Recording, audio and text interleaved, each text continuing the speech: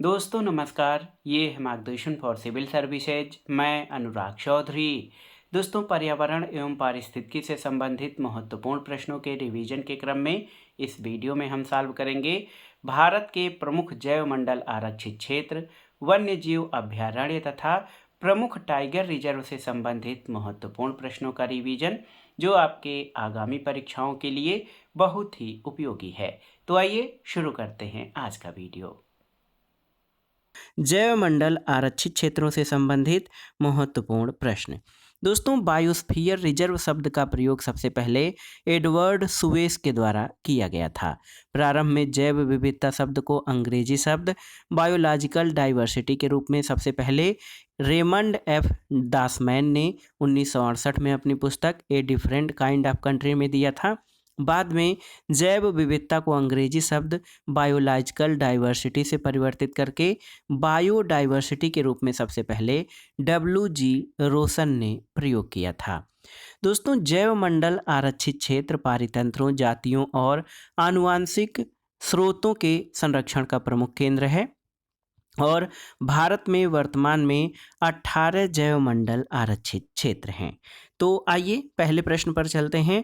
पहला प्रश्न है दोस्तों, जैव मंडल आरक्षण परिरक्षण क्षेत्र है। जैव मंडल आरक्षित परिरक्षण क्षेत्र है। देखिए, घास स्थल के, कृषि उत्पादन के, वायुमंडलीय संतुलन के या आनुवांशिक विभिन्नता के। तो सही उत्तर है ऑप्शन डी, आनुवांशिक विभिन्नता के। दोस्तों, आप जान लीजिए, जैव मंडल आरक्षित परिरक्षण क्षेत्र ये आनुवांशिक विभिन्नता के हैं और जैव मंडल आरक्षित परिरक्षण क्षेत्र आनुवांशिक विभिन्नता से संबंधित होते हैं। इनमें जीवों की आनुवांशिकता को बनाए रखने के लिए उन्हें संरक्षण प्रदान किया जाता है। अगला प्रश्न है दोस्तों, भारत के सभी जैव मंडलीय आरक्षित क्षेत्रों में से 4 को यूनेस्को द्वारा विश्व जाल तंत्र में मान्यता दी गई है। निम्न में से कौन उनमें से एक नहीं है? तो यहाँ पर देखिए, मन्नार की खाड़ी, कंचनजंगा, नंदा देवी और सुंदरबन। तो सही उत्तर क्या हो जाएगा? इसमें से कोई भी ऑप्शन सही नहीं होगा कि कौन सा नहीं है। आप देख सकते हैं, भारत सरकार ने अब तक 18 जैव मंडल आरक्षित क्षेत्र स्थापित किए हैं, जिनमें 12 को यूनेस्को ने जैव मंडल आरक्षित क्षेत्रों के वर्ल्ड नेटवर्क में शामिल किया है। इसमें आप देखिए, नीलगिरी रिजर्व, नंदा देवी, सुंदरबन, मन्नार की खाड़ी, नोकरेक, पंचमढ़ी, सिमलीपाल, अचानकमार, अमरकंटक, ग्रेट निकोबार, अगस्तमलाई, कंचनजंगा और पन्ना है। जब ये प्रश्न पूछा गया था तो कंचनजंगा यूनेस्को सूची में शामिल नहीं था, लेकिन 2018 में कंचनजंगा को और 2020 में पन्ना को यूनेस्को की विश्व विरासत सूची में शामिल कर लिया गया है। तो सभी जो चारों रिजर्व दिए गए हैं ऑप्शन में, वो सब आपके यूनेस्को के विश्व नेटवर्क में शामिल हो गए हैं। अगला प्रश्न है, निम्नलिखित में से कौन एक यूनेस्को के जैव मंडल नीचे की सूची में शामिल नहीं है? सुंदरबन, मन्नार की खाड़ी, कच्छ का रण या नीलगिरी। तो सही उत्तर है कच्छ का रण। दोस्तों, यूनेस्को के जैव मंडल नीचे की सूची में शामिल नहीं है। अगला प्रश्न है, नंदा देवी जैव मंडल रिजर्व किस देश में स्थित है? आपको बताना है।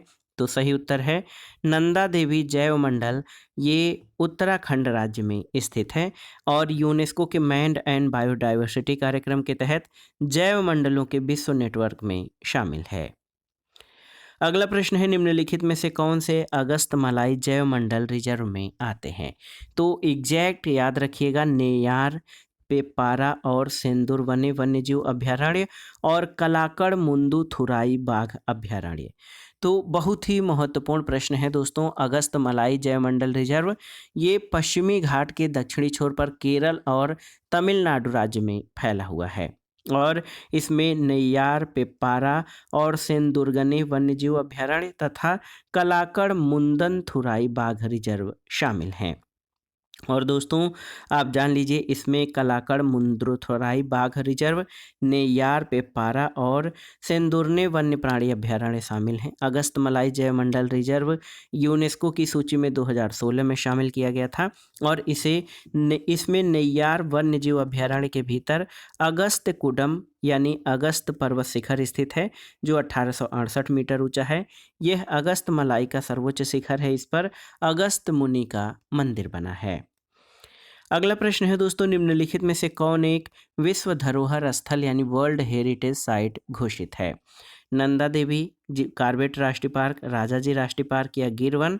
तो सही उत्तर है नंदा देवी नेशनल पार्क। दोस्तों ये वर्ल्ड हेरिटेज साइट घोषित है। दोस्तों नंदा देवी नेशनल पार्क को यूनेस्को द्वारा 1988 में विश्व धरोहर सूची में जो है शामिल किया गया था और 2005 में इस सूची के तहत इसे फूलों की घाटी तक विस्तारित किया गया। अगले प्रश्न पर आते हैं दोस्तों, भारत के जैवमंडल रिजर्व में हाल में एक और जुड़ा है, इसमें नवीनतम कौन सा है? तो अगर आप देखेंगे दोस्तों, तो जब ये प्रश्न पूछा गया था तो 2009 में कोल्ड डेजर्ट को जोड़ा गया था। कोल्ड डेजर्ट जो है बायोस्फीयर रिजर्व। तो अब लेकिन ये सूची बढ़ गई है और आप जानते हैं कि वर्तमान में भारत में 18 जैवमंडल रिजर्व स्थापित किए गए हैं। 2009 में जो कोल्ड डेजर्ट जोड़ा गया था तो उसके साथ भारत में कुल 16 जैवमंडल रिजर्व हुए थे, लेकिन 2010 में शेषाचलम पहाड़ियाँ और 2011 में पन्ना को जोड़ दिया गया।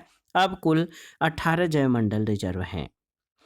अगला प्रश्न है, निम्नलिखित युग्मों में से कौन सा एक सही सुमेलित है? आपको बताना है। Biosphere reserve Edward Suez. तो सही उत्तर है बायोस्फीयर रिजर्व एडवर्ड सुएस के द्वारा पहली बार इसका प्रयोग किया गया। इको सिस्टम कंट्रोल सही नहीं है, इकोलॉजी एजी टंसले नहीं सही है और जैव विविधता रिटर सही नहीं है। तो बायोस्फीयर रिजर्व शब्द का प्रयोग सबसे पहले एडवर्ड सुएस के द्वारा किया गया था। दोस्तों आइए देख लेते हैं भारत के प्रमुख जैव मंडल रिजर्वों की सूची। तो भारत में अब तक 18 जैव मंडल रिजर्व स्थान या बायोस्फीयर रिजर्व को सूचीबद्ध किया गया है जनवरी 2023 की स्थिति के अनुसार। इसमें देखिए अचानक मार अमरकंटक जो है 2005 में, अगस्त मलाई 2001 में, दिहांग दिबांग 1998, डेब्रू सौखोवा 1997, ग्रेट निकोबार 1989, मन्नार की खाड़ी 1989। इसके अलावा देखिए कंचनजंगा जो है, कंचनजंगा सन 2000 में, मानस 1989, नंदा देवी 1988, नीलगिरी 1986, नोकरेक 1988, पंचमढ़ी 1999 में, सिमलीपाल ओडिशा में 1994, सुंदरबन पश्चिम बंगाल में 1989 में, कच्छ गुजरात में 2008 में।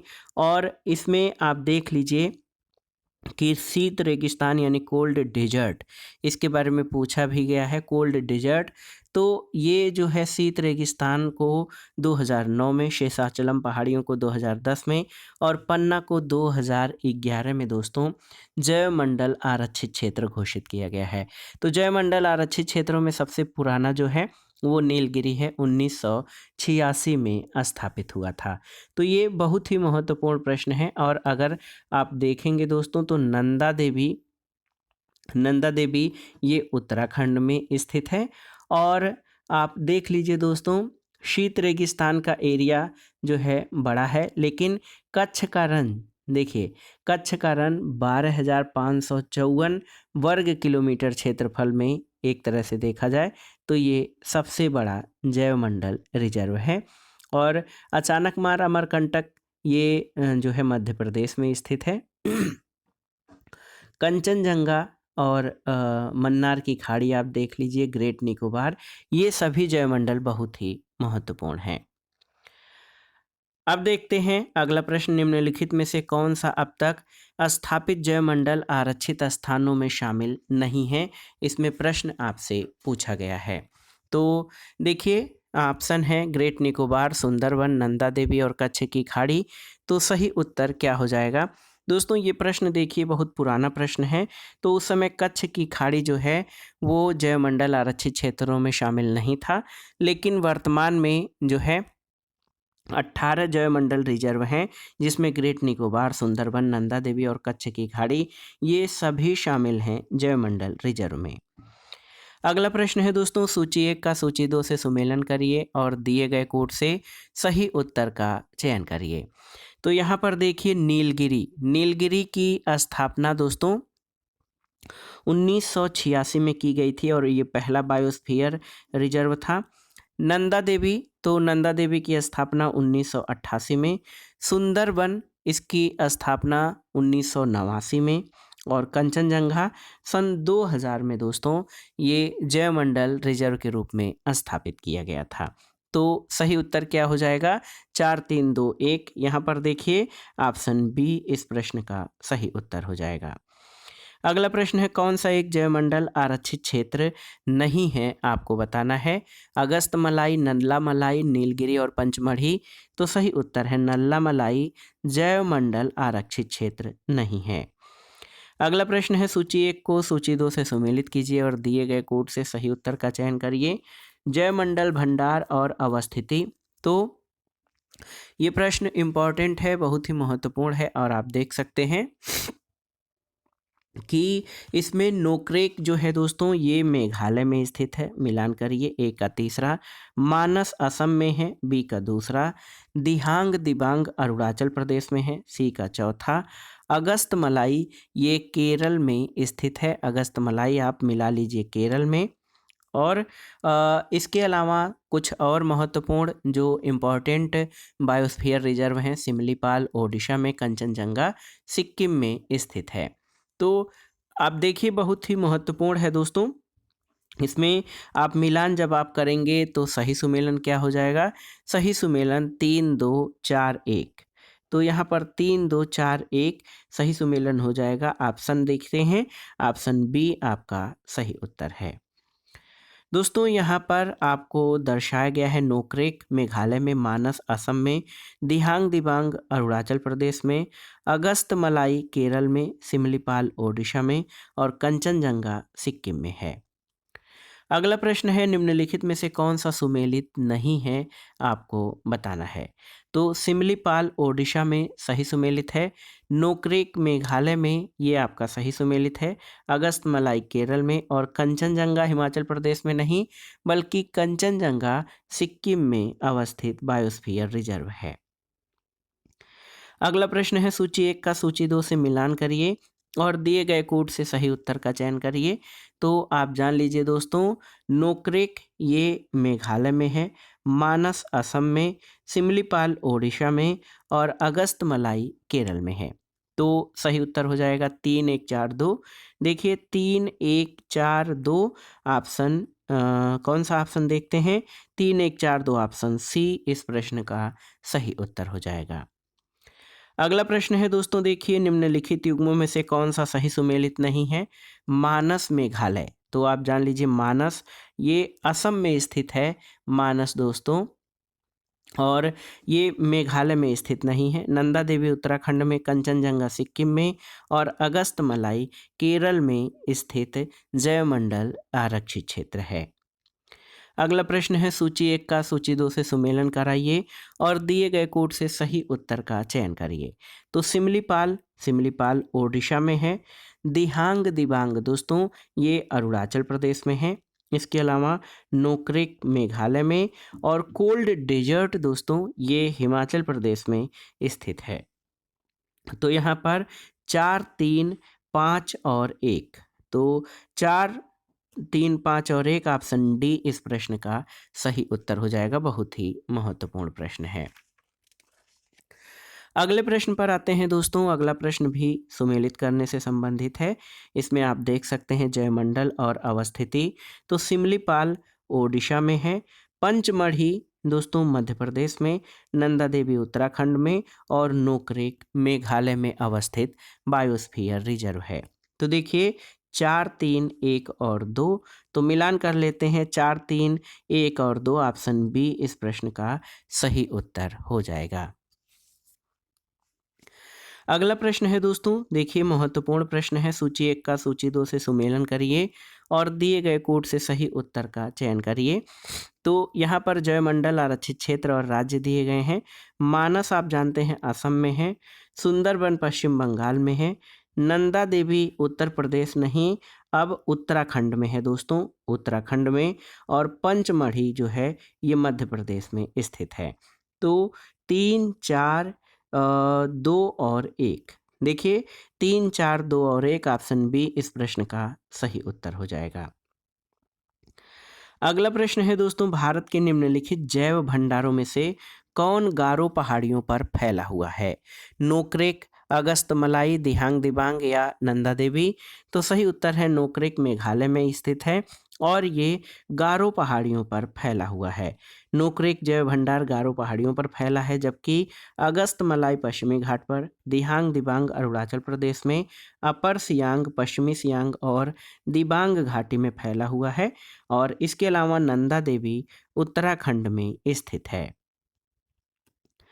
अगला प्रश्न है, निम्नलिखित में से कौन एक जैव अभयारण्य यूनेस्को के जैव अभयारण्य के विश्व तंत्र की सूची में शामिल नहीं है? तो देखिए, सिमलीपाल, सुंदरबन, मन्नार की खाड़ी और नीलगिरी।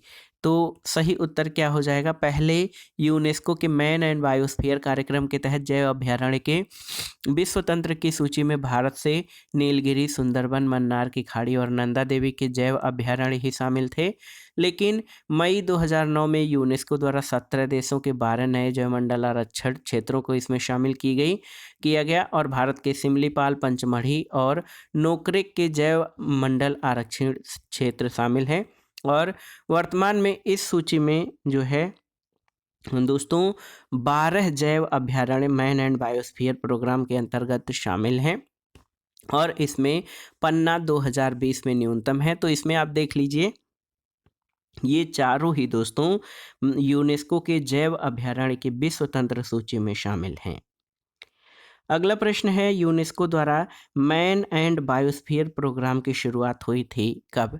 1991, 1970, 1972 या 1986 में? तो सही उत्तर है दोस्तों 1971। याद रखिएगा, ये डेट याद रखिएगा। यूनेस्को द्वारा मैन एंड बायोस्फीयर प्रोग्राम की शुरुआत 1971 में की गई थी। इसमें कोई ऑप्शन आपका सही नहीं है।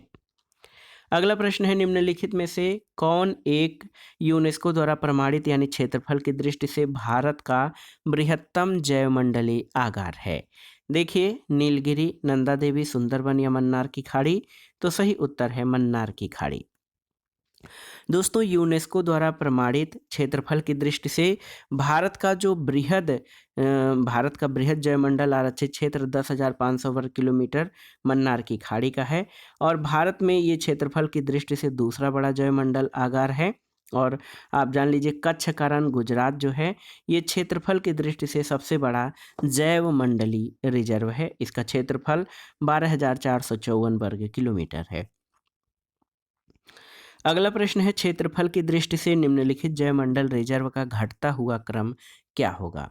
तो यहाँ पर देख लीजिए, सबसे बड़ा इसमें मन्नार की खाड़ी, फिर सुंदरबन, फिर पंचमढ़ी और कंचनजंगा। तो सही उत्तर है मन्नार की खाड़ी, सुंदरबन, पंचमढ़ी और कंचनजंगा। ये आपके जैवमंडल रिजर्व हैं जो कि बड़े से छोटे के क्रम में हैं। अगला प्रश्न है, भारत का 16वां जैवमंडल आरक्षित क्षेत्र शीत मरुस्थल या कोल्ड डेजर्ट कहाँ पर स्थित है? तो सही उत्तर है हिमाचल प्रदेश में। दोस्तों, हिमाचल प्रदेश में शीत मरुस्थल 28 अगस्त 2009 को भारत का 16वां जैवमंडल आरक्षित क्षेत्र घोषित किया गया और 20 सितंबर 2010 को पूर्वी घाट की शेषाचलम पहाड़ियों आंध्र प्रदेश राज्य में स्थित है, इसको 17वां। 25 अगस्त 2011 को पन्ना वन्यजीव अभयारण्य मध्य प्रदेश को देश का 18वां जैवमंडल आरक्षित क्षेत्र घोषित किया गया। जैवमंडल आरक्षित क्षेत्र की स्थापना जैव विविधता के संरक्षण और सतत विकास में सहायक होती है। अगला प्रश्न और आज की वीडियो का आखिरी प्रश्न है दोस्तों, बुंदाला जैवमंडल आरक्षित क्षेत्र जो अभी हाल में यूनेस्को के मानव और जैवमंडल कार्यक्रम में शामिल किया गया है, कहाँ पर है? रूस, भारत, श्रीलंका या बांग्लादेश? तो सही उत्तर है श्रीलंका। दोस्तों, बुंदाला जैवमंडल रिजर्व जो है, आप जान लीजिए, महत्वपूर्ण है। ये आपका श्रीलंका के दक्षिणी पूर्वी तट पर स्थित है। यहाँ एक केंद्रीय क्षेत्र बुंदाला रिजर्व का राष्ट्रीय पार्क है जिसमें 4 लवणीय जल लैगून शामिल हैं। लैगून दलदल की पतली पट्टी द्वारा मिले फ्रिंज होते हैं और हल्के तरंगित मैदान जो निम्न भूमि वाले शुष्क झाड़ी युक्त वनों से ढके हैं। चारों ओर से लैगूनों को ढक घेरे हुए हैं और केंद्रीय क्षेत्र में प्रवासी और आवासी पक्षी प्रजातियां भी पाई जाती हैं। बुंदाला का सबसे निकटवर्ती कस्बा हब्बन टोटा है।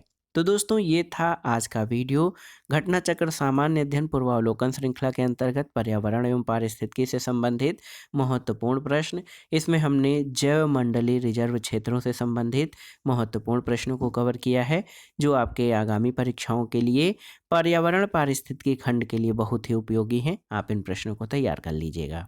दोस्तों वीडियो आपको कैसा लगा हमें कमेंट बॉक्स में ज़रूर बताइएगा। वीडियो को लाइक करें, शेयर करें और इस चैनल मार्गदर्शन फॉर सिविल सर्विसेज को सब्सक्राइब करें। वीडियो देखने के लिए धन्यवाद दोस्तों। नमस्कार। पर्यावरण एवं पारिस्थितिकी से संबंधित महत्वपूर्ण प्रश्न। पहला प्रश्न है दोस्तों, देखिए, पेरियार गेम अभ्यारण्य प्रसिद्ध है किसके लिए? शेरों के लिए, चित्तेदार हिरणों के लिए, बाघों के लिए या फिर जंगली हाथियों के लिए? तो सही उत्तर ऑप्शन डी, जंगली हाथियों के लिए। आप जान लीजिए दोस्तों, देखिए, पेरियार गेम अभ्यारण्य केरल राज्य में स्थित है, जो जंगली हाथियों के लिए प्रसिद्ध है। ऑप्शन डी आपका सही उत्तर है। अगला प्रश्न है, निम्नलिखित में से कौन सा सही सुमेलित है, आपको बताना है। तो देखिए, सिमलीपाल असम आपका सही सुमेलित नहीं है। नोकरेक मेघालय बिल्कुल सही सुमेलित है। दिहांग दिबांग सिक्किम सही सुमेलित नहीं है। अगस्त मलाई कर्नाटक ये भी सही सुमेलित नहीं है। तो याद रखिएगा, सिमलीपाल जो है वो ओडिशा राज्य में है, नोकरेक मेघालय में, दिहांग दिबांग अरुणाचल प्रदेश में स्थित है, और दोस्तों अगस्त मलाई कर्नाटक में नहीं बल्कि केरल राज्य में स्थित है। तो बहुत ही महत्वपूर्ण है, आप जान लीजिए, सिमलीपाल ओडिशा में है, नोकरेक मेघालय में, दिहांग दिबांग अरुणाचल प्रदेश में और अगस्त मलाई वन्यजीव अभ्यारण्य केरल राज्य में स्थित है। अगला प्रश्न है दोस्तों, एक सींग वाला गैंडा निम्नलिखित प्रदेशों में पाया जाता है, कहाँ पर? अरुणाचल प्रदेश और त्रिपुरा, पश्चिम बंगाल और असम, अरुणाचल प्रदेश और असम या फिर पश्चिम बंगाल एवं त्रिपुरा? तो सही उत्तर है पश्चिम बंगाल और असम में। दोस्तों याद रखिएगा, एक सींग वाला गैंडा जो है पश्चिम बंगाल और असम राज्य में पाया जाता है। ऑप्शन बी आपका सही उत्तर है। अगला प्रश्न है, अभ्यारण्य या सेंचुरी राइनो के लिए जाना जाता है कौन सा? काजीरंगा, गिर, रणथंभौर या कार्बेट? तो सही उत्तर है काजीरंगा अभ्यारण्य। दोस्तों ये एक सींग वाले गैंडों या राइनो के लिए विख्यात है। गिर जो है, गिर, रणथंभौर और कार्बेट उद्यान ये बाघों के लिए प्रसिद्ध हैं। अगला प्रश्न है दोस्तों, जंगली गधों का अभ्यारण्य कहाँ है, आपको बताना है। बहुत ही महत्वपूर्ण प्रश्न है, जंगली गधों का अभ्यारण्य कहाँ पर है? तो कच्छ के रण गुजरात में जंगली गधों के लिए अभ्यारण्य है। तो जंगली गधों का अभ्यारण्य गुजरात राज्य के कच्छ के रण में स्थित है। लगभग 4,954 वर्ग किलोमीटर में फैला ये भारत का तीसरा सबसे बड़ा वन्य जीव अभ्यारण्य है। इसकी स्थापना 1973 में की गई थी। तो याद रखिएगा, जंगली गधों का अभ्यारण्य कच्छ का रण गुजरात राज्य में स्थित है। अगला प्रश्न है, सूची 1 राष्ट्रीय वन्य जीव अभ्यारण्य और सूची 2 में समीपवर्ती नगर, इनका मिलान करना है। देखिए, चंद्रप्रभा, तो चंद्रप्रभा जो है दोस्तों ये चंदौली जिले में स्थित है, जो वाराणसी के निकट है। करेरा, तो करेरा वन्यजीव अभ्यारण्य मध्य प्रदेश के शिवपुरी जिले से लगभग 202 वर्ग किलोमीटर क्षेत्र में विकसित है और उत्तर प्रदेश के झांसी से मात्र 44 किलोमीटर है करेरा। जयसमंद, तो जयसमंद वन्यजीव अभ्यारण्य राजस्थान के उदयपुर जिले में स्थित है, याद रखिएगा उदयपुर। और नाहरगढ़ वन्यजीव अभ्यारण्य जो है ये कहाँ पर है? नाहरगढ़ वन्यजीव अभ्यारण्य लघु अभ्यारण्य है 50 वर्ग किलोमीटर क्षेत्रफल में, जो राजस्थान के 12 जिले में है और ये जयपुर से लगभग 12 किलोमीटर दूर है। तो इसमें आपका कूट की सहायता से बताना था वन्यजीव अभ्यारण्य और समीपवर्ती नगर। तो सही सुमेलन इस तरह से हो जाएगा, चंद्रप्रभा चंदौली में है वाराणसी के निकट। करेरा वन्यजीव अभ्यारण्य मध्य प्रदेश के शिवपुरी जिले से 202 शिवपुरी जिले में 202 वर्ग किलोमीटर क्षेत्रफल में विकसित है, झांसी से 44 किलोमीटर है। जयसमंद उदयपुर और नाहरगढ़ जयपुर के समीप है। तो सही सुमेलन आपका हो जाएगा दोस्तों 4251। तो 4251 देखिए ऑप्शन सी सही उत्तर हो जाएगा। अगला प्रश्न है, उत्तर प्रदेश का निम्नलिखित में से कौन सा वन्य जीव अभ्यारण्य 1975 में स्थापित किया गया था? कतरनिया घाट, किशुनपुर, चंबल या रायपुर?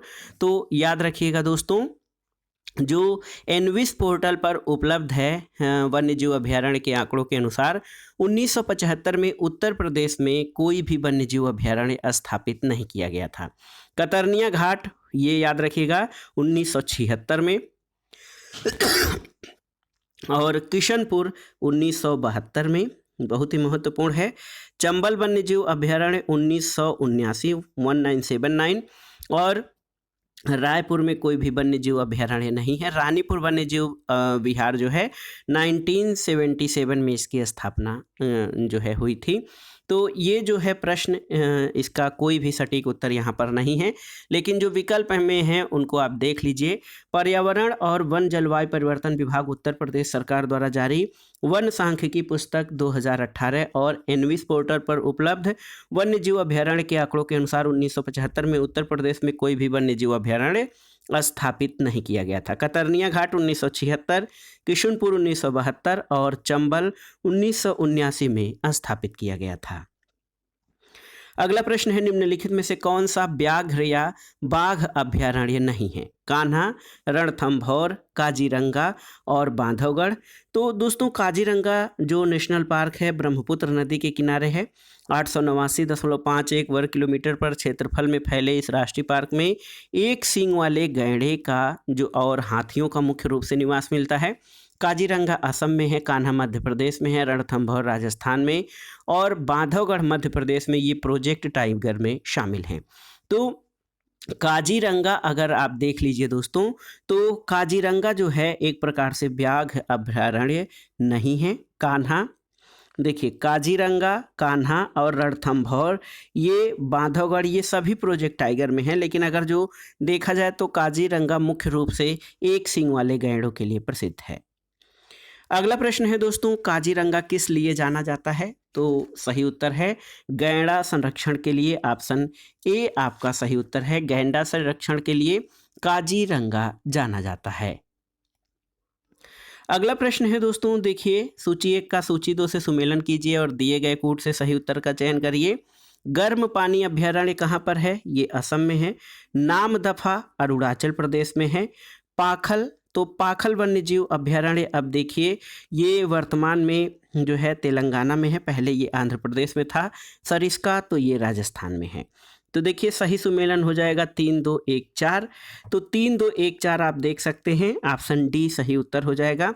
तो इसमें सब तो सुमेलित हैं, लेकिन आप देख लीजिए गर्म पानी वन्यजीव अभयारण्य असम में, नामदफा अरुणाचल प्रदेश, पाखल पहले आंध्र प्रदेश में था लेकिन विभाजन के बाद अब ये तेलंगाना में है।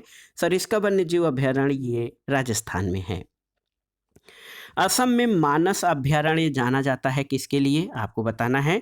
तो मानस जो है दोस्तों, असम का मानस वन्यजीव अभयारण्य विशेष रूप से बाघ और भारतीय गैंडों के लिए जाना जाता है।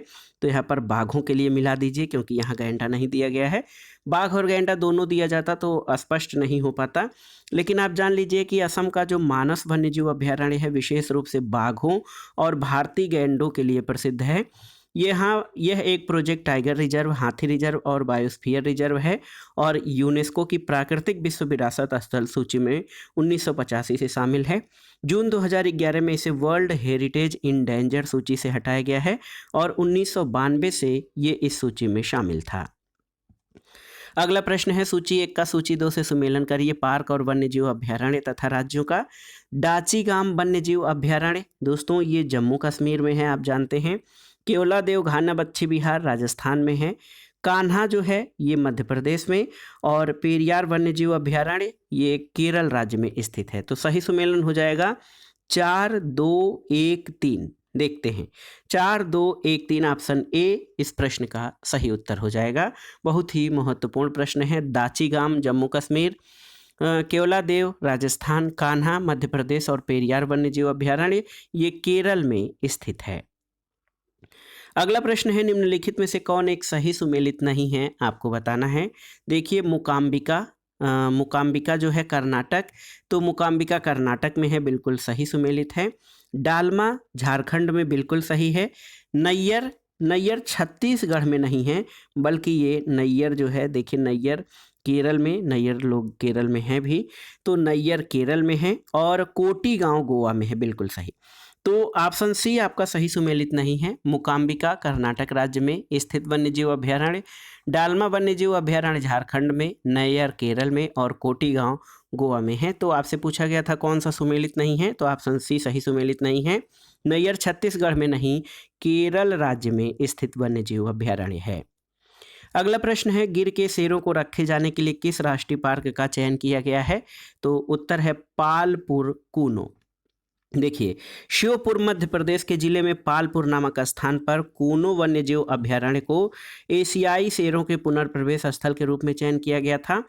2018 में इसे कूनो राष्ट्रीय उद्यान बना दिया गया और शिकार के कारण विलुप्त होने से 1873 में यहाँ पर एशियाई शेरों का बसाव था। इस कारण ये स्थल चुना गया है। तो गिर के शेरों को रखे जाने के लिए जो है कूनो नेशनल पार्क जो मध्य प्रदेश में है उसका चयन किया गया है। अगला प्रश्न है दोस्तों, हाल में कुछ शेरों को गुजरात के उसके प्राकृतिक आवास से किस स्थल पर स्थानांतरित किए जाने का प्रस्ताव था? ऑप्शन है कार्बेट राष्ट्रीय उद्यान, कूनो पालपुर वन्यजीव अभयारण्य, मुदुमलाई वन्यजीव अभयारण्य या सरिस्का। तो सही उत्तर है कूनो पालपुर वन्यजीव अभयारण्य में।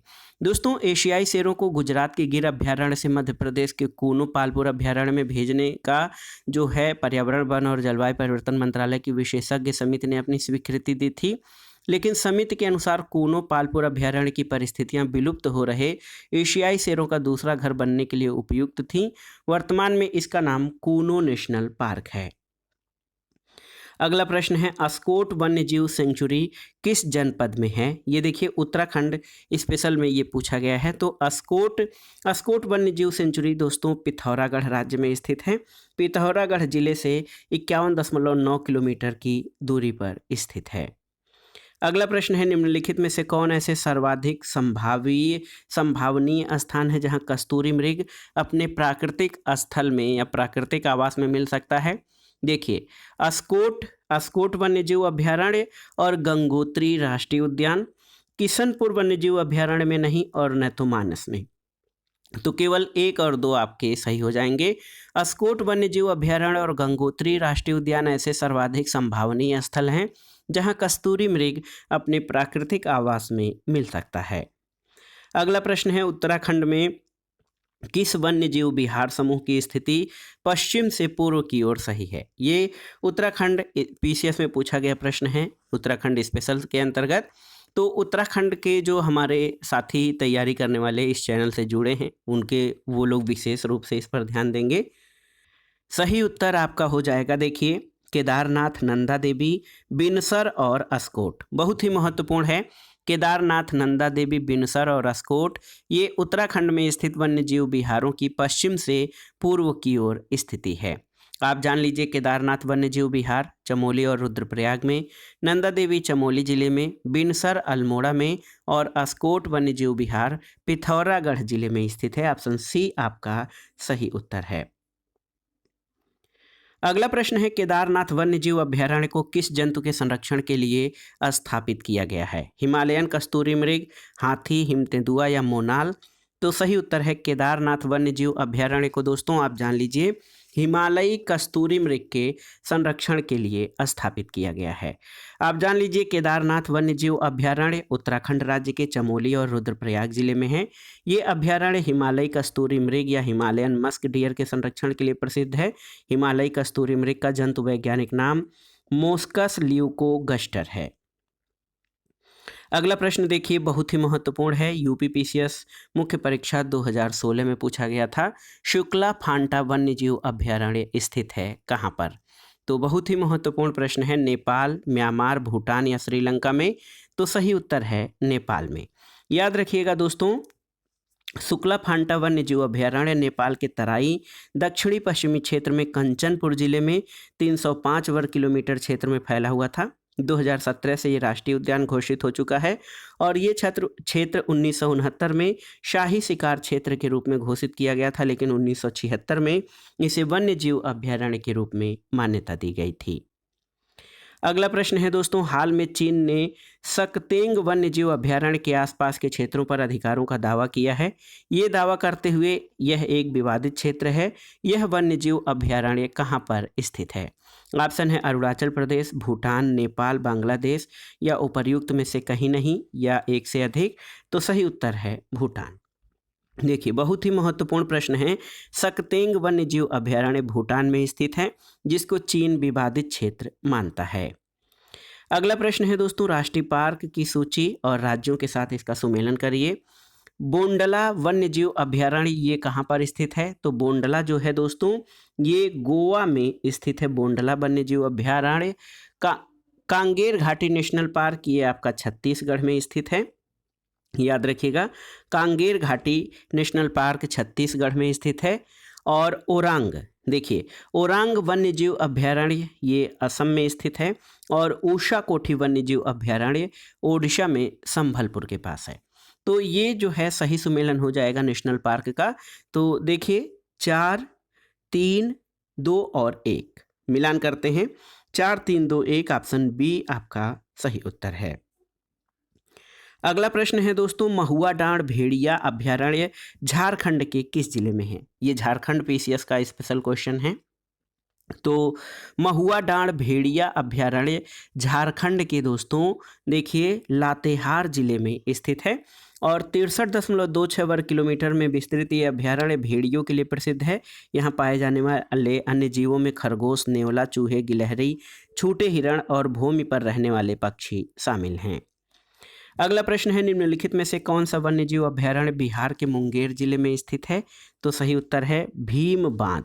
याद रखिएगा, भीम बांध वन्य जीव अभयारण्य की स्थापना 1976 में बिहार के मुंगेर जिले में हुई थी। इसका क्षेत्रफल 681.99 वर्ग किलोमीटर है। अगला प्रश्न है, निम्नलिखित राज्यों में किस एक में पाखुई वन्य जीव विहार स्थित है? तो पाखुई अरुणाचल प्रदेश में। याद रखिएगा, पाखुई वन्य जीव विहार अरुणाचल प्रदेश के पूर्वी कामेंग जिले में स्थित है। ये क्षेत्र पक्के संरक्षित क्षेत्र के नाम से जाना जाता था और इसकी स्थापना 1977 में हुई थी। अब आते हैं अगले प्रश्न पर दोस्तों, बहुत ही महत्वपूर्ण प्रश्न है, बहुत ही महत्वपूर्ण। यहाँ पर देखिए, निम्नलिखित में से कौन सा सही सुमेलित नहीं है? महुआ टाड अभयारण्य पलामू, तोप चांची अभयारण्य धनबाद, उधव पक्षी विहार कोडरमा या लावालांग अभयारण्य चतरा। तो आप जान लीजिए, उद्धव पक्षी विहार साहेबगंज झारखंड में स्थित है। उद्धव पक्षी विहार ये साहेबगंज में स्थित है। महुआ डांड अभयारण्य ये दोस्तों झारखंड के पलामू में नहीं बल्कि लातेहार जिले में स्थित है। तो दो जो हैं आपके मेल नहीं खाते हैं, तो इस प्रश्न को हम स्टार करेंगे, क्योंकि कोई भी एक जो पूछा गया है कि एक कौन सा बेमेल है, तो दो में बेमेल यहाँ पे हो गए हैं। अगला प्रश्न है दोस्तों, सूची 1 का सूची 2 से सुमेलन कीजिए और दिए गए कोड से सही उत्तर का चयन करिए। तो ये भी प्रश्न बहुत ही महत्वपूर्ण है, कई बार परीक्षाओं में ये प्रश्न पूछा गया है। नवाबगंज पक्षी विहार, वर्तमान में इसका नाम शहीद चंद्रशेखर आज़ाद पक्षी अभयारण्य है। ये उत्तर प्रदेश के उन्नाव जिले में है। ओखला पक्षी विहार ये गाजियाबाद में, वर्तमान में गौतम बुद्ध नगर में है। समसपुर पक्षी विहार दोस्तों ये रायबरेली में है।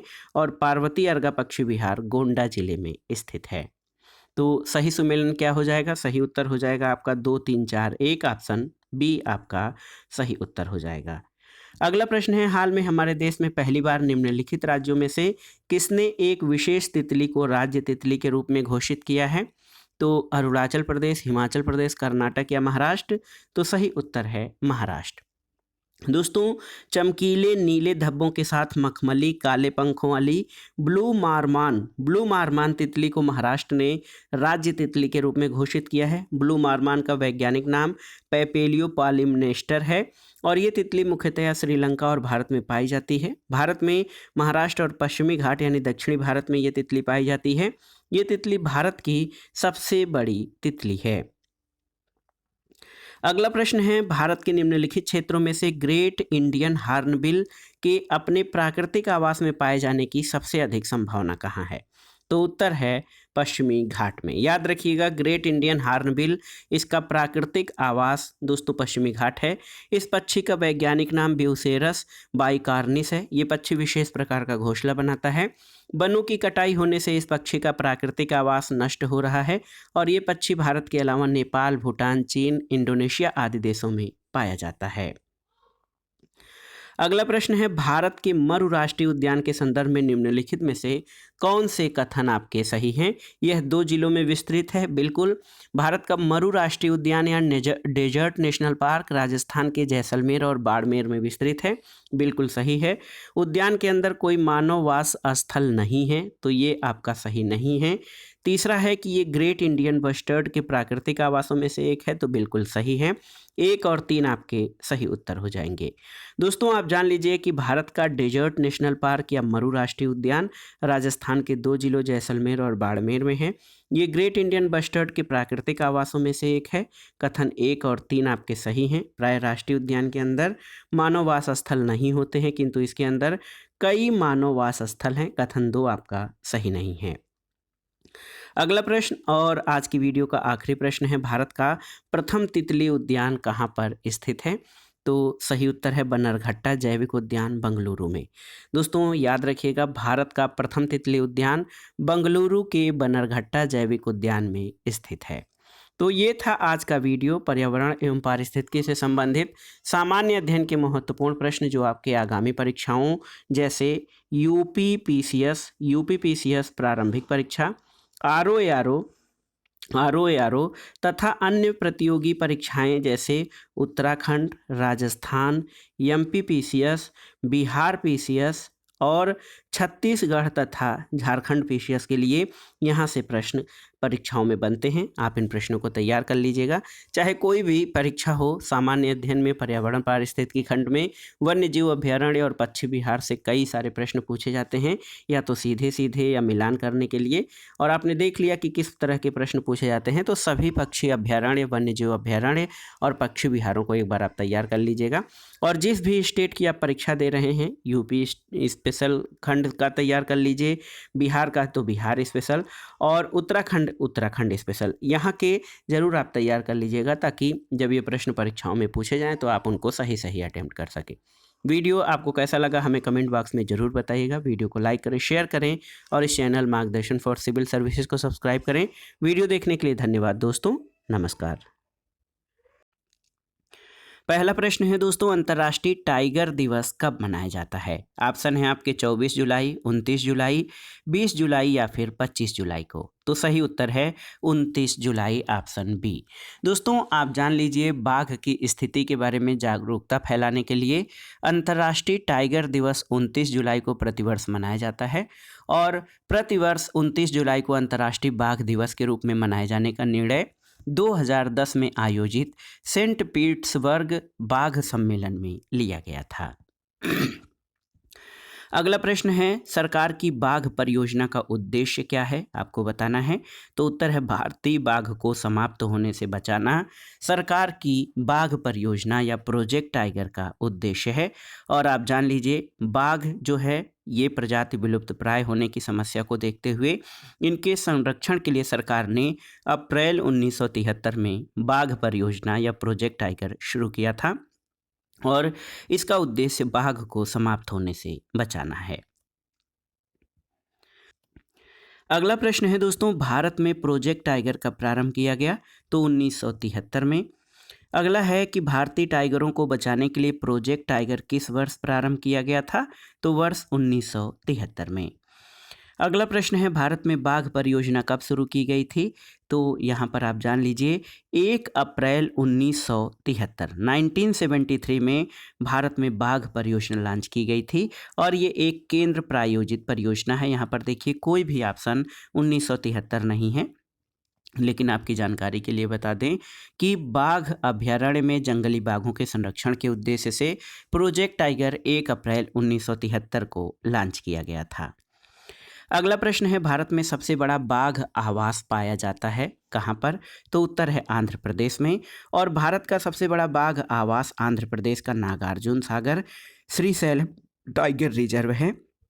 आंध्र प्रदेश के पुनर्गठन के बाद नागार्जुन सागर श्रीशैलम बाघ अभ्यारण्य का 3296.31 वर्ग किलोमीटर क्षेत्र आंध्र प्रदेश की सीमा में, जबकि नागार्जुन सागर श्रीशैलम बाघ अभ्यारण्य का 2611.39 वर्ग किलोमीटर ये तेलंगाना की सीमा में आता है, जिसे अब अमराबाद बाघ अभ्यारण्य के नाम से जाना जाता है। अगला प्रश्न है, निम्नलिखित बाघ आरक्षित क्षेत्रों में क्रांतिक बाघ आवास या क्रिटिकल टाइगर हैबिटेट के अंतर्गत सबसे बड़ा क्षेत्र किसके पास है? तो सही उत्तर है नागार्जुन सागर श्रीशैलम। अगला प्रश्न है, इनमें से कौन राष्ट्रीय उद्यान प्रोजेक्ट टाइगर के अंतर्गत नहीं आता है? ऑप्शन देखिए, कान्हा, रणथंभौर, कार्बेट या बांधवगढ़। तो वर्तमान में भारत में कुल 53 प्रोजेक्ट टाइगर के अंतर्गत टाइगर रिजर्व हैं और ये चारों दोस्तों आप जान लीजिए कि प्रोजेक्ट टाइगर के अंतर्गत शामिल हैं। कार्बेट या जिम कार्बेट उत्तराखंड में, रणथंभौर राजस्थान में, कान्हा जो है मध्य प्रदेश में और बांधवगढ़ मध्य प्रदेश में स्थित है। अगला प्रश्न है दोस्तों, सूची 1 का सूची 2 के साथ सुमेलन कीजिए और नीचे दिए गए कोड से सही उत्तर का चयन करिए। बाघ रिजर्व और राज्यों का इसमें आपको सुमेलन करना है।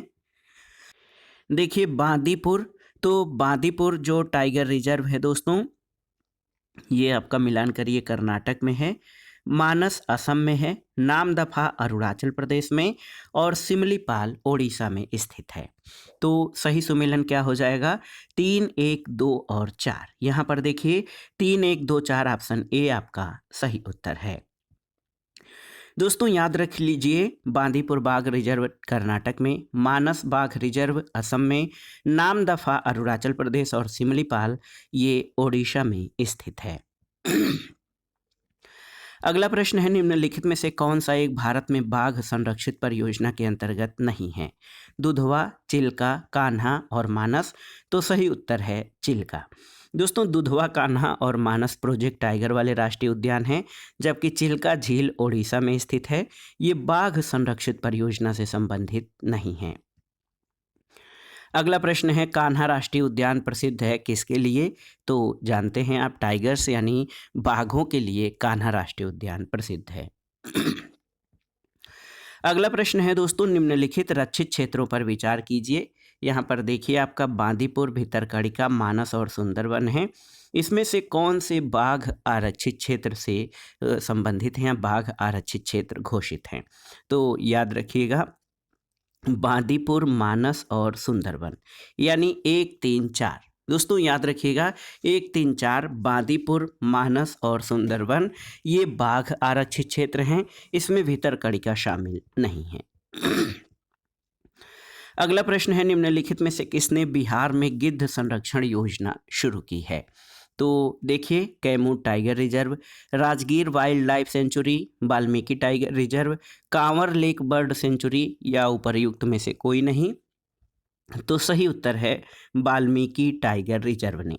दोस्तों बिहार के वाल्मीकि टाइगर रिजर्व ने गिद्ध संरक्षण योजना यानी वल्चर एक्शन प्लान शुरू किया है।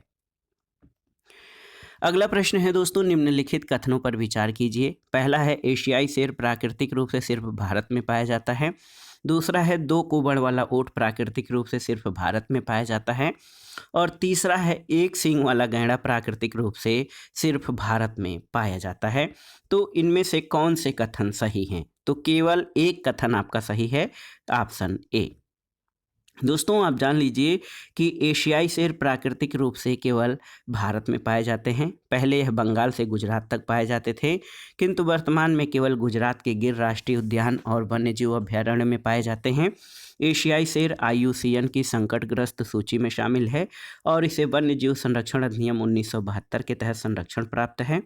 2 कुबड़ वाला ऊंट प्राकृतिक रूप से मध्य एशिया के स्टेपीज क्षेत्र में पाया जाता है। इसे बैक्टीरिया का ऊंट कहा जाता है और बैक्टीरियन व्यापारियों द्वारा इन्हें भारत के लद्दाख में फिलाया गया था, जहां ये कुछ संख्या में अभी भी पाए जाते हैं। 1 सींग वाला गैंडा प्राकृतिक रूप से केवल भारत और नेपाल में पाया जाता है। और आप जान लीजिए, पहले ये लगभग संपूर्ण भारतीय उपमहाद्वीप में पाया जाता था, लेकिन वर्तमान में ये बांग्लादेश और भूटान आदि से विलुप्त हो चुका है। अगला प्रश्न है दोस्तों, कच्छ वनस्पति का सुंदरवन निम्नांकित में से किस राज्य में स्थित है? गुजरात, पश्चिम बंगाल, ओडिशा और आंध्र प्रदेश।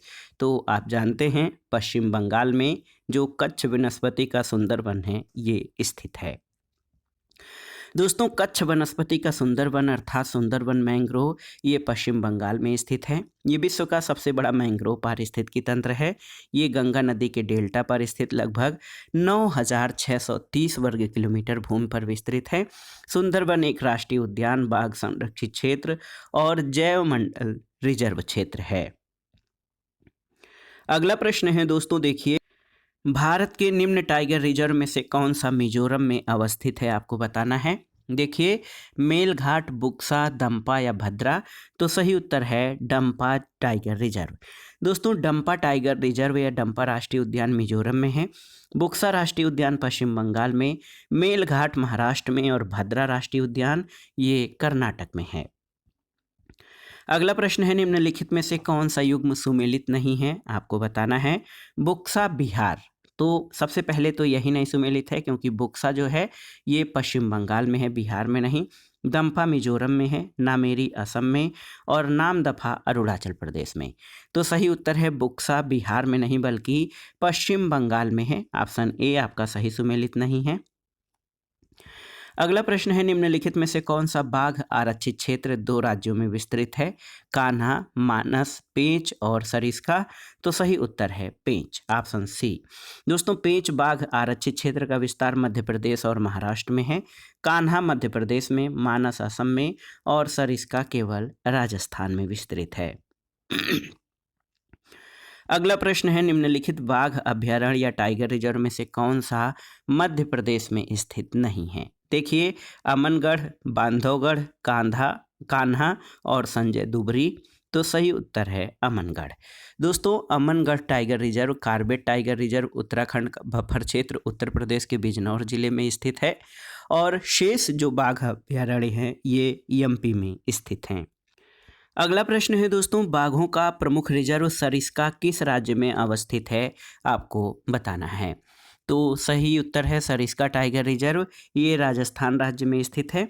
राजस्थान के अलवर जिले में स्थित सरिस्का टाइगर रिजर्व है और इसे 1955 में वन्यजीव अभयारण्य जबकि 1978 में टाइगर रिजर्व घोषित किया गया है।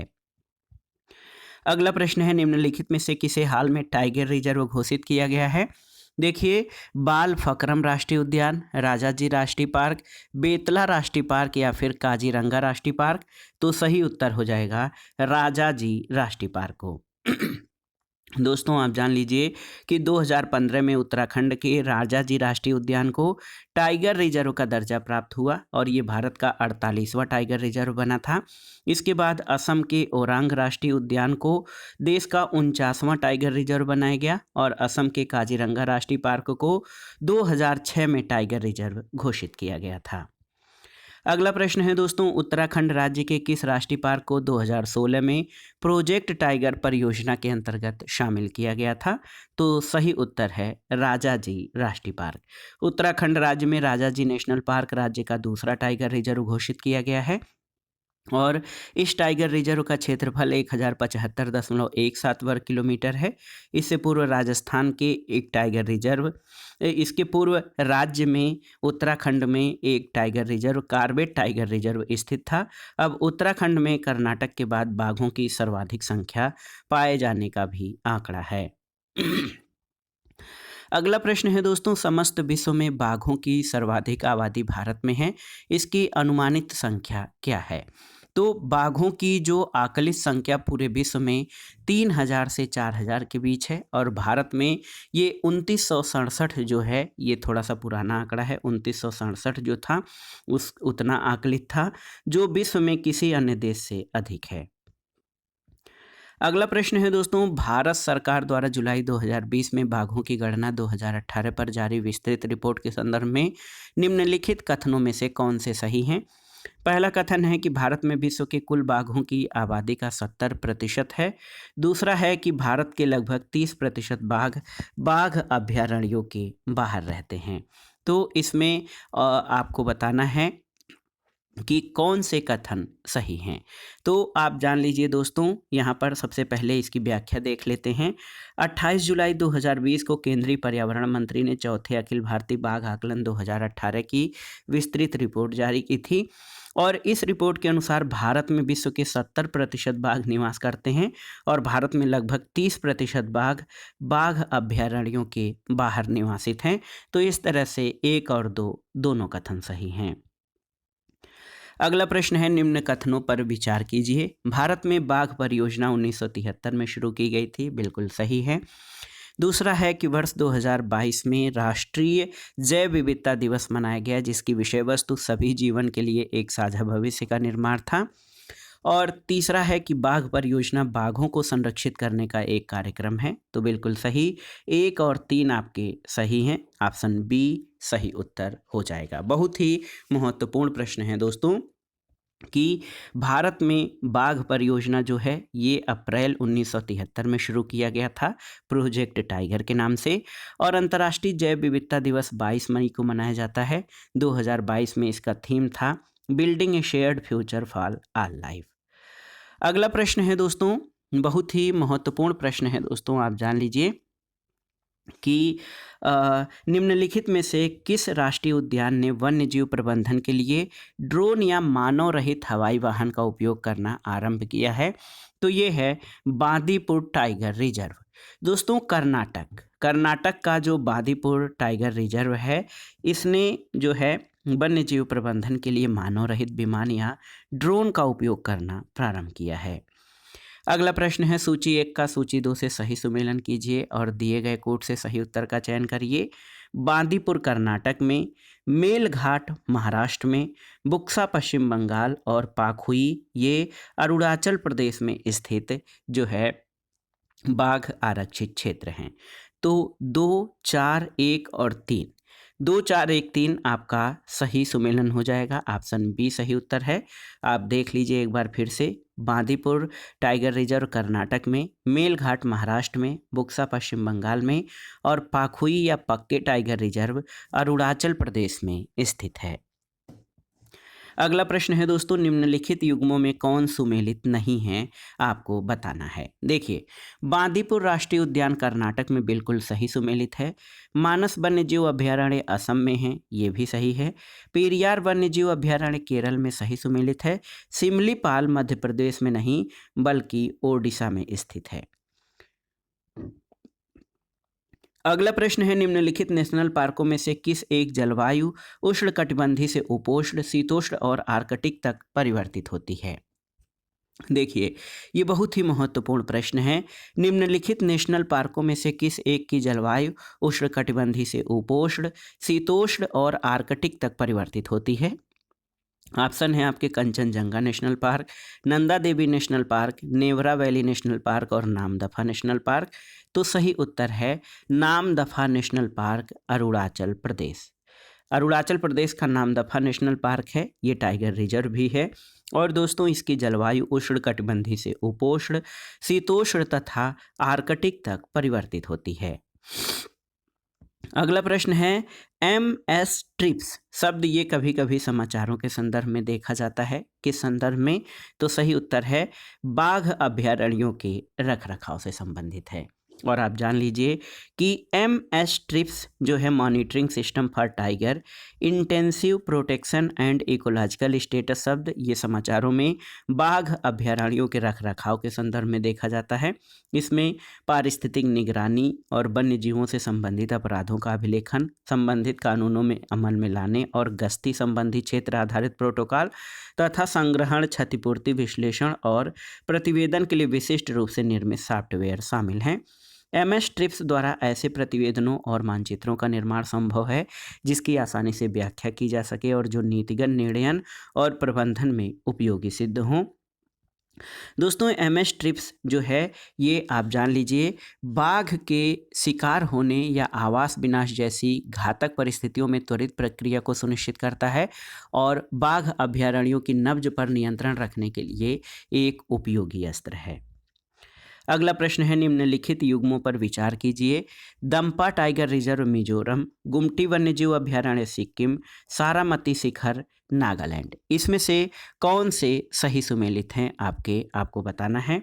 तो आप देख लीजिए दोस्तों, इसमें से दम्पा मिजोरम में और सारामती नागालैंड में है। तो 1 और 3 आपके सही सुमेलित हैं। गुमटी वन्यजीव अभयारण्य जो है ये त्रिपुरा में है, न कि सिक्किम में। तो याद रखिएगा, त्रिपुरा में है गुमटी वन्यजीव अभयारण्य। अब आइए विविध प्रश्नों को देख लेते हैं दोस्तों। भारत में हाथी परियोजना की शुरुआत कब हुई थी, आपको बताना है। तो भारत में हाथी परियोजना की शुरुआत 1992, अलग से मैं नोट कर दे रहा हूँ, 1992 में हाथी परियोजना की शुरुआत की गई थी प्रोजेक्ट एलिफेंट के नाम से। और इसमें देखिए कोई भी ऑप्शन आपका सही नहीं है, लेकिन आप याद रखिएगा 1992 में हाथी परियोजना शुरू की गई थी। अगला है कि भारतीय हाथियों के संदर्भ में निम्नलिखित कथनों पर विचार कीजिए। यहाँ पर आपके पास 4 कथन दिए गए हैं। पहला है कि हाथियों के समूह का नेतृत्व मादा करती है, बिल्कुल सही है। दूसरा है कि हाथी की अधिकतम गर्भावधि 22 माह तक हो सकती है, बिल्कुल सही है। सामान्यतः हाथी में 40 वर्ष की आयु तक ही बच्चे पैदा करने की क्षमता होती है, ये सही नहीं है। और भारत के राज्यों में हाथियों की सर्वाधिक जीव संख्या केरल में है, तो ये भी सही नहीं है। 1 और 2 कथन आपके सही हैं। याद रखिएगा दोस्तों, कथन 1 और 2 आपके सही हैं। कैसे? तो हाथियों के समूह का नेतृत्व मादा द्वारा किया जाता है और हाथी की अधिकतम गर्भावधि 22 माह तक हो सकती है। भारत में हाथियों की सर्वाधिक संख्या कर्नाटक राज्य में है और सामान्यतः हाथी में 60 वर्ष की आयु तक बच्चे पैदा करने की क्षमता होती है। अगला प्रश्न है दोस्तों, पारिस्थितिक दृष्टिकोण से पूर्वी घाट और पश्चिमी घाटों के बीच एक अच्छा संपर्क होने के रूप में किसका महत्व अधिक है? तो सही उत्तर है सत्यमंगलम बाघ आरक्षित क्षेत्र या सत्यमंगलम टाइगर रिजर्व का। इसके बारे में जान लेते हैं दोस्तों। सत्यमंगलम टाइगर रिजर्व ये पूर्वी घाट और पश्चिमी घाटों के मिलन स्थल पर स्थित है। बाघ के अलावा इस टाइगर रिजर्व में हाथी, लकड़बग्घा, तेंदुआ इत्यादि पाए जाते हैं। ये तमिलनाडु का सबसे बड़ा वन्यजीव अभयारण्य है और नल्लामल वन आंध्र प्रदेश में स्थित है। नागरहोल राष्ट्रीय उद्यान कर्नाटक में, शेषाचलम जीवमंडल आरक्षित क्षेत्र आंध्र प्रदेश का पहला जीवमंडल आरक्षित क्षेत्र है। अगला प्रश्न है, यूनेस्को ने जुलाई 2016 में भारत के निम्नलिखित किस राष्ट्रीय उद्यान को विश्व धरोहर घोषित किया था? तो सही उत्तर है कंचनजंगा या खांगचेंगजोंगा राष्ट्रीय उद्यान को। दोस्तों, जुलाई 2016 में इस्तांबुल तुर्की में संपन्न विश्व धरोहर समिति की 40वीं बैठक में बिहार के नालंदा में स्थित नालंदा महाविहार, चंडीगढ़ के ऐतिहासिक कैपिटल कॉम्प्लेक्स और सिक्किम के कंचनजंगा नेशनल पार्क को विश्व धरोहर स्थल घोषित किया गया था। अगला प्रश्न है, 5 मौसमों का बाग कहाँ पर स्थित है? तो उत्तर है महरौली के समीप। दोस्तों, 5 मौसमों का बाग है और इस बाग को फरवरी 2003 में 20 एकड़ क्षेत्र में स्थापित किया गया था। अगला प्रश्न है, भारत में एशियाई एक्स की सर्वाधिक संख्या है। आज केवल लगभग 20,000 से 25,000 तक एक्स सदाबहार वनों, शुष्क कटीले वनों, अनूप क्षेत्रों और घास के मैदानों में फैले हुए प्राकृतिक आवासों में हैं। तथापि उनके प्रमुख आवास नर्म पर्णपाती वन हैं। भारत में एक्स की संख्या उत्तर पश्चिम भारत से लेकर जहां वे उत्तराखंड के देहरादून और नैनीताल तथा उत्तर प्रदेश के बिजनौर जिलों के वन विभागों में पाए जाते हैं, कर्नाटक और केरल राज्यों के पश्चिमी घाट और तमिलनाडु तक में फैली हुई हैं और केंद्रीय भारत में उनकी संख्या दक्षिणी बिहार और उड़ीसा में बटी हुई है। पूर्व में वे उत्तरी बंगाल, असम और अन्य राज्यों में दिखाई देते हैं। इसमें यक्ष किस प्राणी को संबोधित है? तो सही उत्तर है हाथी को। दोस्तों, इसमें एक्स का विवरण एशियाई हाथी के संबंध में दिया गया है और ये जो क्षेत्र है वो एशियाई हाथी के निवास स्थान से संबंधित है। अगला प्रश्न है, कार्बेट राष्ट्रीय उद्यान अपना जल प्राप्त करता है कहाँ से? तो ये रामगंगा नदी से प्राप्त करता है। अगला प्रश्न है, निम्नलिखित युग्मों पर विचार कीजिए। देखिए, आर्द्रभूमि और नदियों का संगम दिया गया है। तो हरिके आर्द्रभूमि पंजाब में ब्यास और सतलज के संगम पर है। ये आपका पहला सही है, हरिके आर्द्रभूमि। केवलादेव घाना राष्ट्रीय उद्यान दोस्तों ये राजस्थान में भरतपुर में गंभीर और बाणगंगा नदी के संगम पर है। इसके अलावा कोलेरू झील जो है आप जान लीजिए आंध्र प्रदेश में कृष्णा और गोदावरी के संगम पर है। तो केवल और केवल एक आपका सही सुमेलित है। एक बार फिर से देखिए, हरिके आर्द्रभूमि पंजाब में ब्यास और सतलज के संगम पर है। केवलादेव घाना राष्ट्रीय उद्यान राजस्थान में भरतपुर में गंभीर और बाणगंगा नदी के संगम पर है। कोलेरू झील आंध्र प्रदेश में कृष्णा और गोदावरी नदी के डेल्टा में ताजे पानी की झील है। अगला प्रश्न है, निम्नलिखित में से कौन सा संरक्षित क्षेत्र कावेरी बेसिन में स्थित है? देखिए, नागरहोल राष्ट्रीय उद्यान, पापीकोंडा राष्ट्रीय उद्यान, सत्यमंगलम बाघ आरक्षित क्षेत्र और वायनाड वन्यजीव अभयारण्य। तो इसमें से आपको बताना है कि कौन सा संरक्षित क्षेत्र कावेरी बेसिन में स्थित है। तो सही उत्तर आपका हो जाएगा नागरहोल, सत्यमंगलम और वायनाड। पापीकोंडा इसमें शामिल नहीं है। तो 1, 3, 4 ऑप्शन सी सही उत्तर हो जाएगा। कावेरी बेसिन का विस्तार तमिलनाडु, कर्नाटक और केरल राज्यों तथा पुडुचेरी केंद्र शासित प्रदेश तक है। नागरहोल राष्ट्रीय उद्यान कर्नाटक में, सत्यमंगलम बाघ आरक्षित क्षेत्र तमिलनाडु में और वायनाड वन्यजीव अभयारण्य केरल में कावेरी बेसिन में है, जबकि पापीकोंडा ये आंध्र प्रदेश में गोदावरी बेसिन में स्थित है।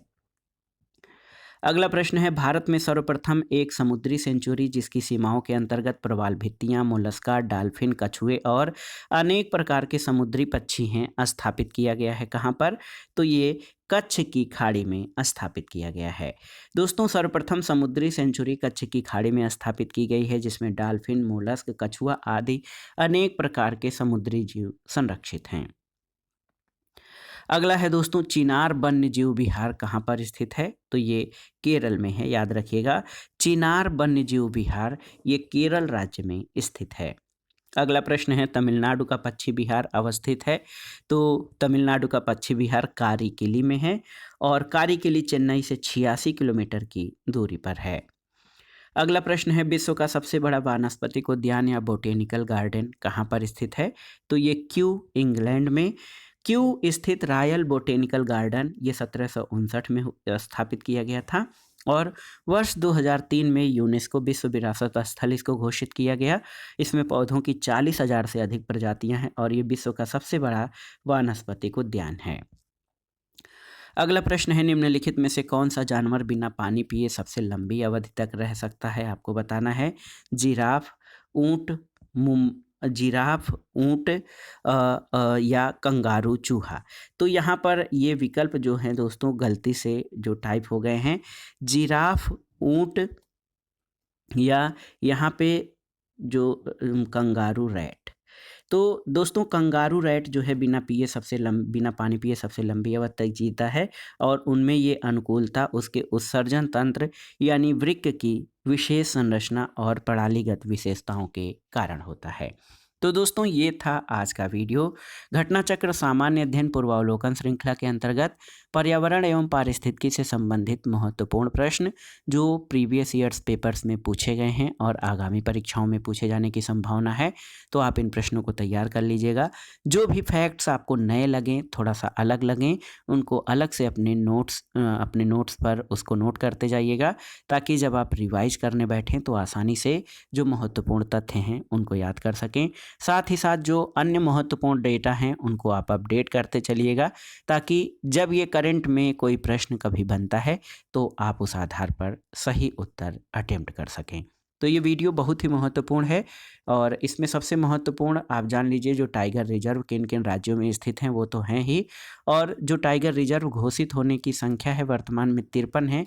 ये संख्या बढ़ेगी, आगे भी कुछ और जो राष्ट्रीय उद्यान हैं उनको टाइगर रिजर्व के अंतर्गत शामिल किया जाएगा। तो इस दृष्टि से वो करेंट डेटा आपको ज़रूर याद रखना होगा। तो ये वीडियो आप ज़रूर देखिए, लाइक करें, शेयर करें और इस चैनल मार्गदर्शन फॉर सिविल सर्विसेज को सब्सक्राइब करें। वीडियो देखने के लिए धन्यवाद दोस्तों। नमस्कार।